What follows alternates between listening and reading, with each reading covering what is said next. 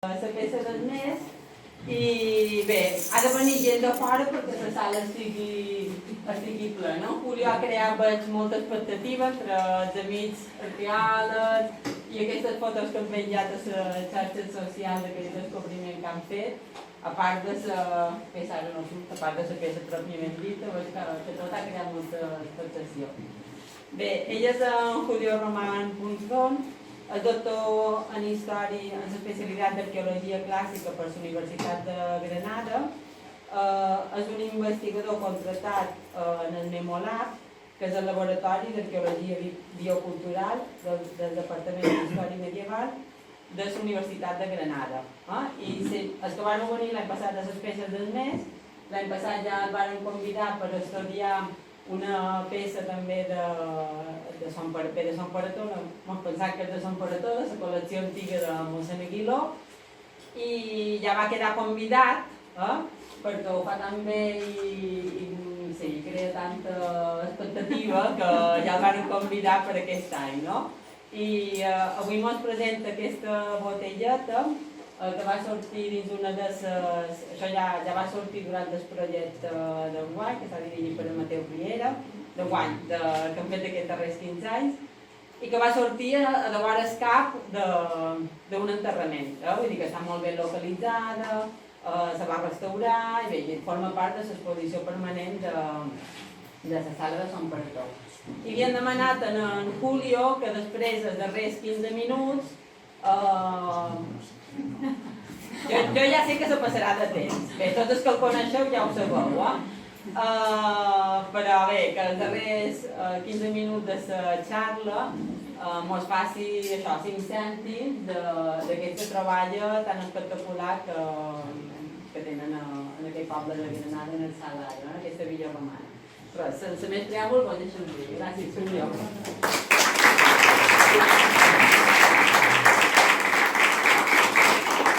Bueno, en principio, buenas tardes a todo el mundo. Como ya ha dicho Marem, ya aviso, me voy a pasar de tiempo. Voy a intentar ajustarlo a una horita, pero tanto la pececita de la jarrita ya tiene bastante enjundia como para poder hablar, cuestiones de ritual y tal, que son muy interesantes, y ya se me iba casi a esa hora. En la última semana, cuando me avisaron de la posibilidad de poder hablar también del tema de la Villa Romana, que también precisamente hace como 7 días que hemos finalizado, con lo cual lo que vamos a ver hoy, la parte final de esa pequeña introducción que haré de la Villa Romana, también son imágenes prácticamente inéditas. Ya veréis también que son fotografías que todavía están sin tratar, donde es que acabamos el sábado pasado y he tenido que preparar las cosas de muy corriendo, pero también son imágenes inéditas y creo que son interesantes. Y esa charla normalmente cuando la suelo dar suele irse en torno a la hora y media, por lo cual mucho. Iré pasando muy rápido, casi mejor al final, sin tener alguna pregunta o lo que sea, pues podemos volver sobre la imagen o lo que queráis, pero voy a intentar ajustarme lo posible. Bueno, también es habitual en este tipo de actos comenzar dando las gracias a la organización de este ciclo de la pieza del mes por mi presencia hoy aquí, que para mí es un placer porque no solo porque vengo a Mallorca, que es como mi segunda casa, he estado muchos años trabajando en Mallorca, dejé muy buenos amigos que aún mantengo, y también me permite retomar parte de la especialidad que inicié al inicio de mi carrera de investigador, que fundamentalmente era el mundo funerario durante la antigüedad tardía, y en el que también tuve que tocar de manera necesaria este tipo de piezas, este tipo de jarritas, que ya veréis que son medianamente habituales en la necrópolis de este momento y que por tanto pues fue también objeto de parte de esa investigación. Por tanto, el agradecimiento es doble porque me permite otra vez volver. Esta primera conferencia sobre la jarrita la he estructurado en estas tres partes: descripción y contextualización breve. No voy a hablar de Son Paretó porque creo que estáis más que hartos de oír hablar sobre la basílica, sobre la necrópolis que está asociada a ella. Supongo que Mateu habrá tenido ocasión de dar no solo conferencias, sino también visitas guiadas al yacimiento, con lo cual no me voy al revés a decir nada que él ya ha dicho. Algo sobre tipología formal de este tipo de jarritas, ya veréis que son muy diversas, que tienen muchas variantes, muchos subtipos, y generalmente se ubican cronológicamente entre el siglo V y el siglo VII. Y al final, bueno, hablaremos un poquito de la interpretación funcional que se le está dando a este tipo de jarritas desde hace ya muchos años, que crea un poco de controversia porque no está clara. Y bueno, pues, 4 pinceladas muy rápidas para poder dejar tiempo también a la otra conferencia, que ya os digo es sobre la vía monástica. Como decía, en este tipo de necrópolis, aquí tenemos unas imágenes también que me ha cedido amablemente y gentilmente Mateo Riera, sobre la ubicación, un poquito como digo, de contextualización mínima de donde aparecieron estas jarritas. Por supuesto la necrópolis, que está asociada a la Basílica de San Pereto, en esta pequeña tumba que veis justamente aquí. Son necrópolis normalmente con muy poco, en general, voy a hablar de características generales de este tipo de necrópolis. Son cementerios normalmente con muy poco, en sepulturas de inhumación siempre con muy poco ajuar asociado, tanto ajuar simbólico como elementos o adorno personal, y que el depósito funerario suele ser muy mínimo.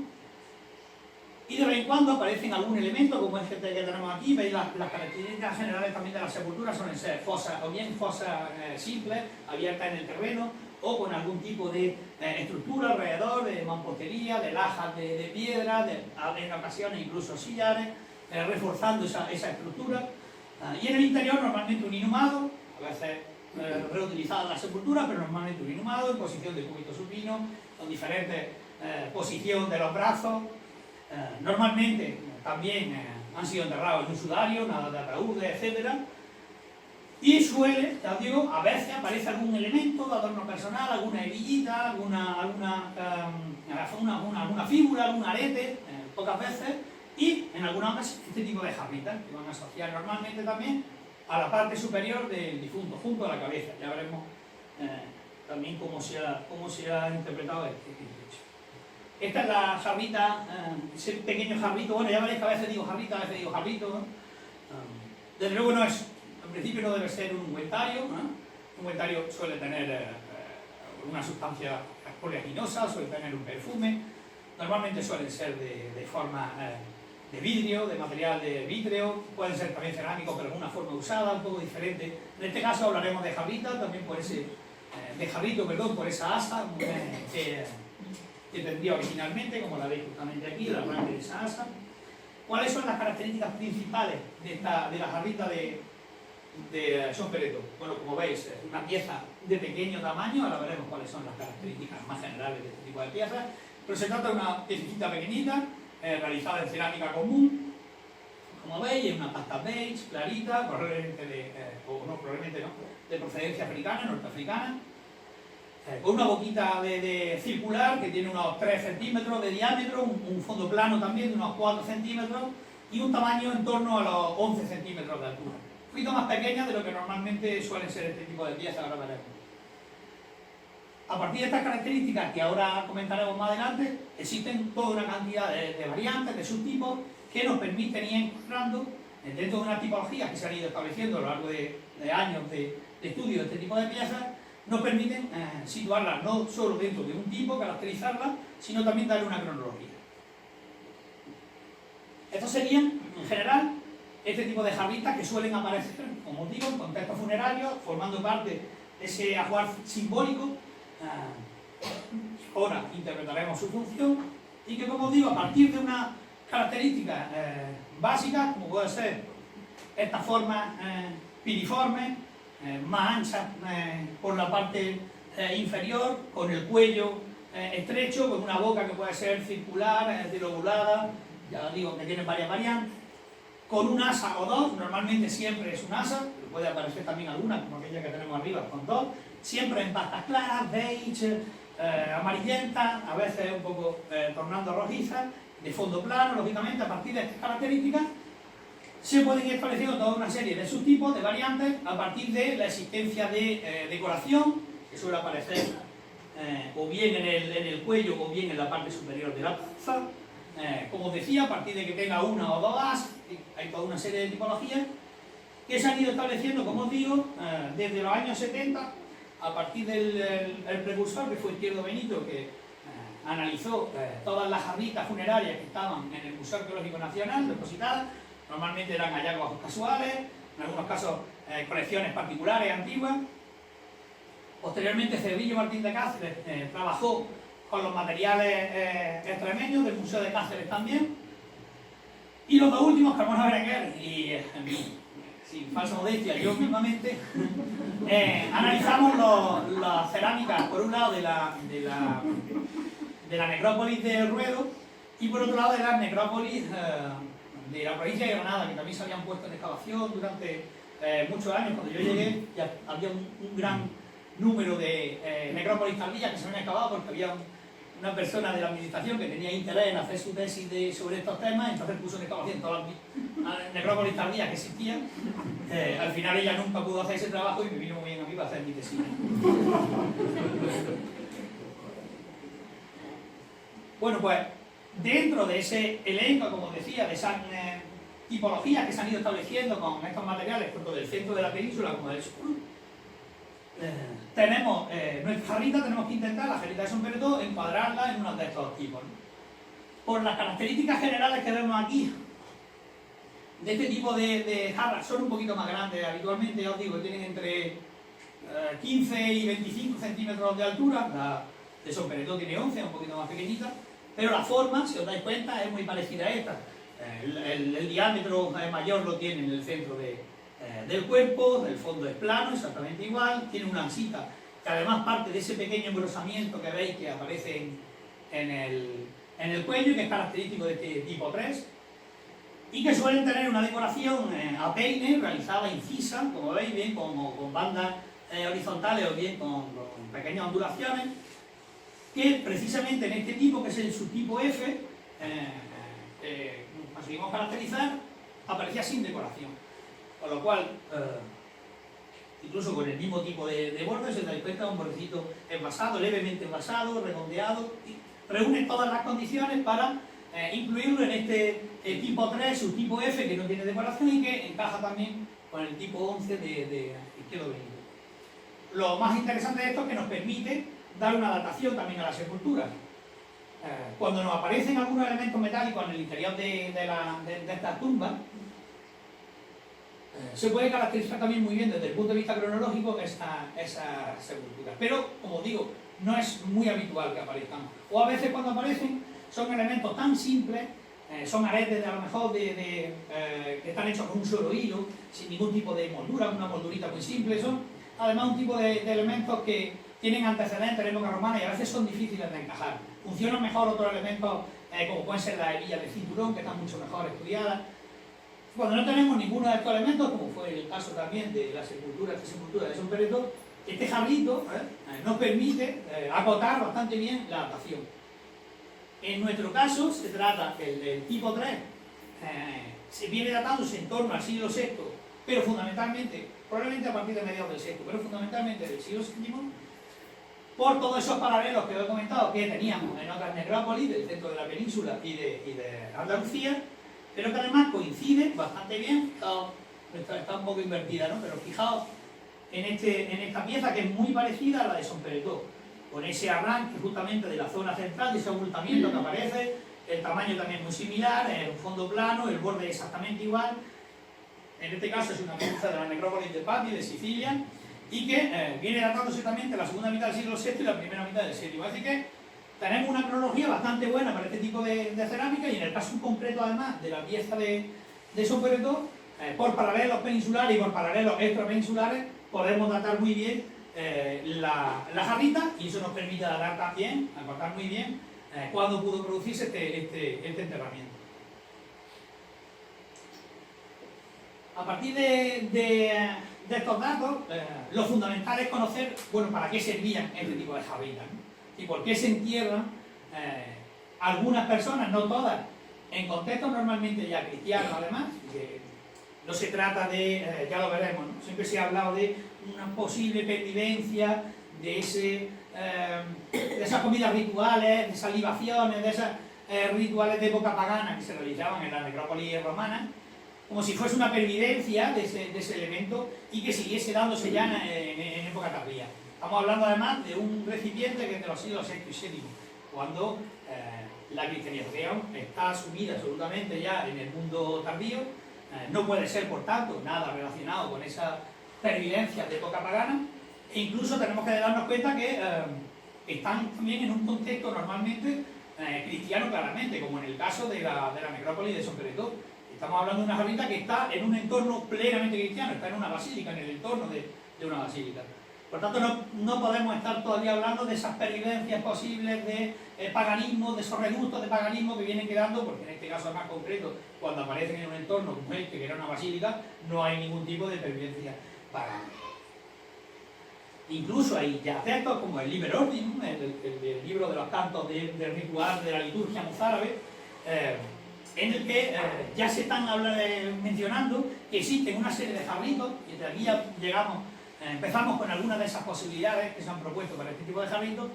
Ya nos indicaban que los obispos debían de enterrarse no solo con los evangelios, sino también con una ampulla, que es como una pequeña botellita, parecida a aquella que tenemos allí de San Mena, con los santos óleos, ¿no?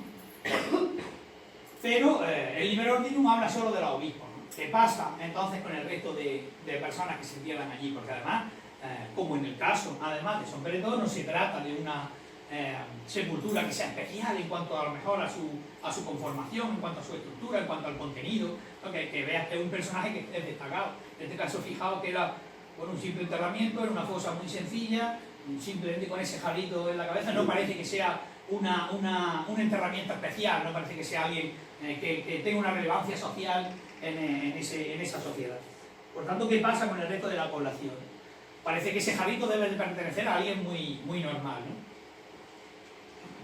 Hay otros textos también, como este, sobre la jerarquía eclesiástica, que es de Antioquía, pero bueno, nos viene muy bien para darnos cuenta cómo ya en plena época cristiana, estamos entre el siglo V y el siglo VI, el cristianismo primitivo, ya se está hablando de que existe una unción que se realiza no solo a algunos cargos eclesiásticos, sino incluso también está relacionado con esa unción que se realizaba sagrada sobre los soberanos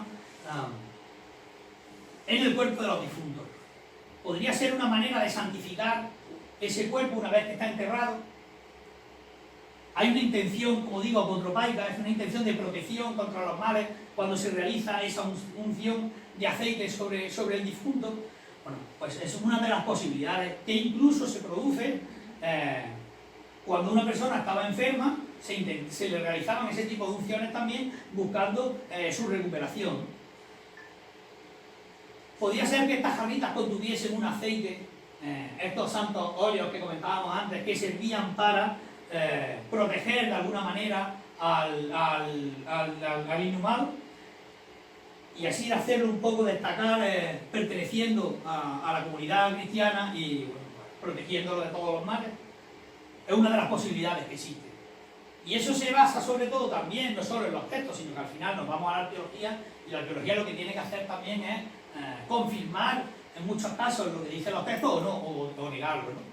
Pues hay algunas necrópolis, como la del Camino de los Afligidos en Alcalá de Henares o la de Gerena, donde se han hecho análisis del interior o se han recuperado restos del interior de estas jarritas, en el que aparecía un líquido oleaginoso que se ha relacionado con algún tipo de ungüento, con algún tipo de perfume. Es verdad que el tema del olor es bastante importante también en el ritual cristiano. Muchas veces nos pasa desapercibido. Todos hemos oído alguna vez esta expresión del olor a santidad, ¿no?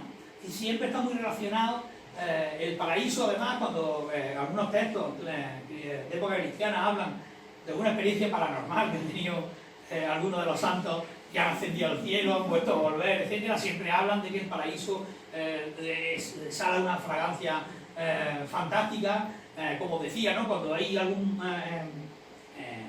también fenómeno relacionado con algún santo, incluso con apariciones marianas, también siempre se habla de ese olor a flores, de esa fragancia, que en los propios rituales, en la propia liturgia cristiana, el uso también de sustancias como la mirra, como el incienso, también sirven para no solo mejorar el olor, sino también porque ese olor permite alejar a los malos, no a los diablos, sino a los malos espíritus, ¿no? Así que el tema de los olores, el tema de la fragancia es muy importante también en el ritual cristiano. Por tanto, podían ser estos perfumes, tener algún tipo de simbolismo en el cual se aparta a los malos espíritus del interior, también podría ser. El problema es que normalmente estos ungüentarios suelen ser de este tipo, como os pongo aquí, suelen ser botellitas de vidrio, suelen ser ungüentarios de forma usada, que es un poco diferente a los jarritos que tenemos.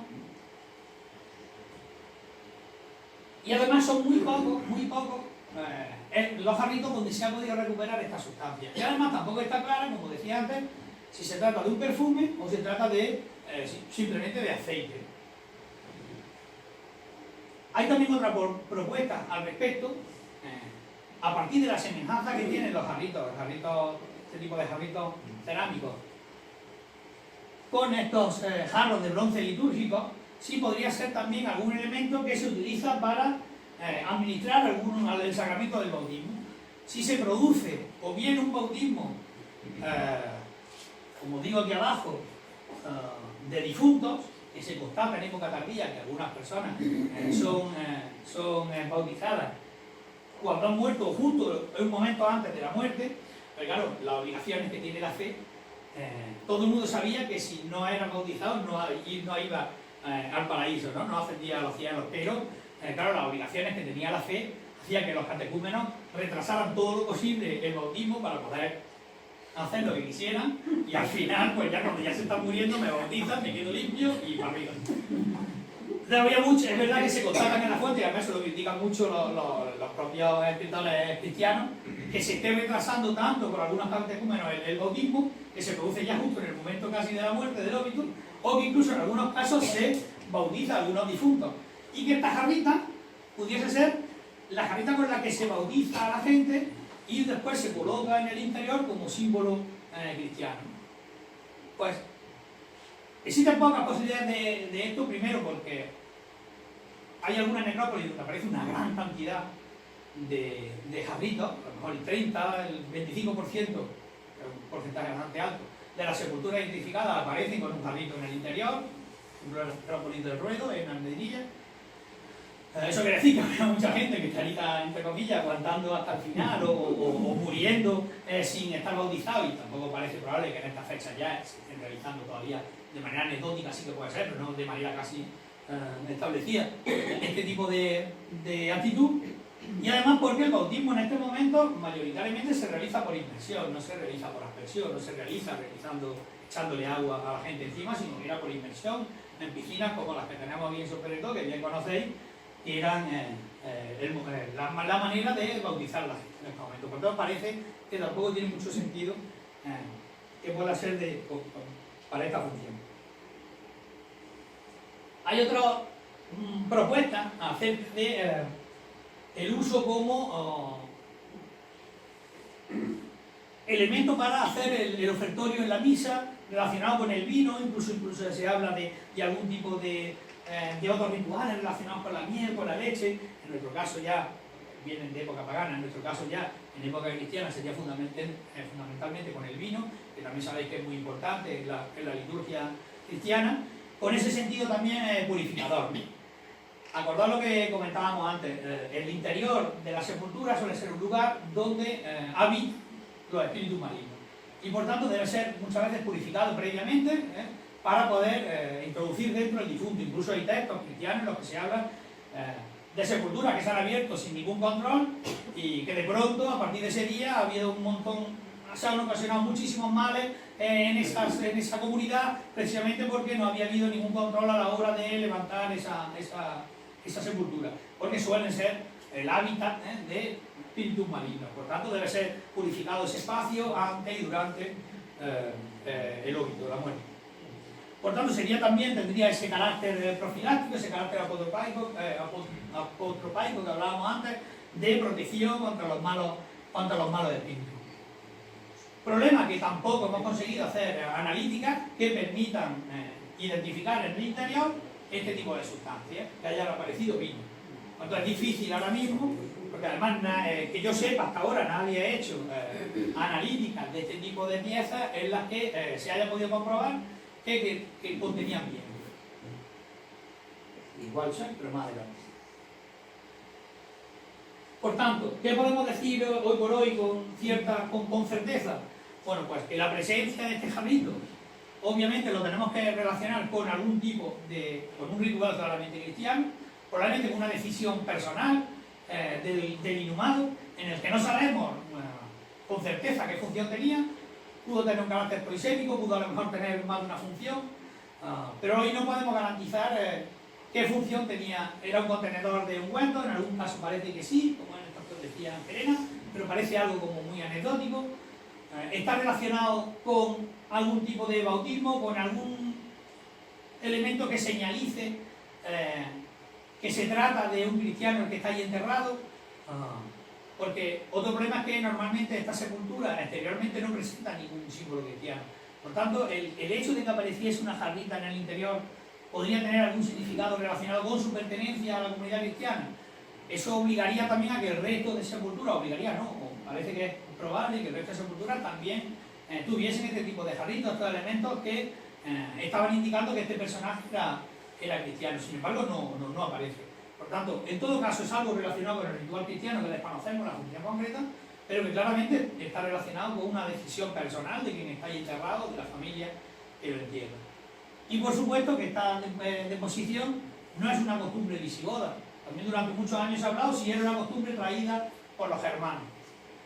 Porque parece que desde época romana, en el que sí que había una gran cantidad de ajuares en la sepultura, en la época tardorromana va disminuyendo la cantidad de piezas que están introducidas dentro de la sepultura, el depósito ritual, el depósito funerario va desapareciendo hasta que llega un momento en que se entierran sin absolutamente nada. Y parece que hay un crecimiento a partir del siglo VI de elementos, o bien del ajuar simbólico, como digo, de estas jarritas, estos elementos que están relacionados con el ritual de enterramiento, con el ritual funerario, o bien de elementos personales en el interior de la sepultura.